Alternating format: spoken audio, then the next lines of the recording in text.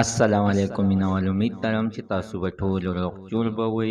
وکیل عبداللطیف اپلدی عزتمنو په عدالت کې دننه ویشتل شو او اسپتال ته یو هم نه شو، په لار کې عزتمنو وفات شو. څنګه ویشتل شو، آخر چا ویشتو، راځئ ټول معلومات د تاسو سره په دې ویډیو کې شریک کوم. ما سره د ویډیو تر اخره پورې وګورئ چې تاسو ته پوره معلومات در ورسیږي.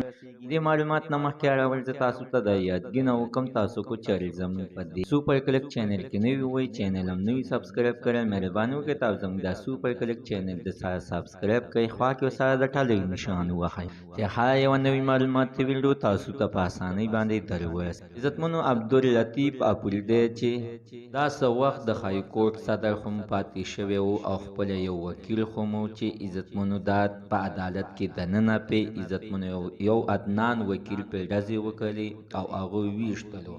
خو عزتمنو تر اوسه پورې د وجوهاتو پته لا نه ده لګېدلې چې اخر څه په منځ کې د دوی دواړو اخر څه داسې غټه لانجه وه چې دغه عدنان وکیل مجبور شولو او عبداللطیف اپلدی وکیلې وي. خو مینوالو د ټولو خلکو ته وښودل چې هېڅکله به غلطې فیصلې نه کوئ، چې هر کله فیصله کوئ نو کوشش کوئ د حق په باره کې لګیا اوسئ او ته کم یو چې غلط کار کوي نو هغه سره باید چې یو قسم ونه درېږي.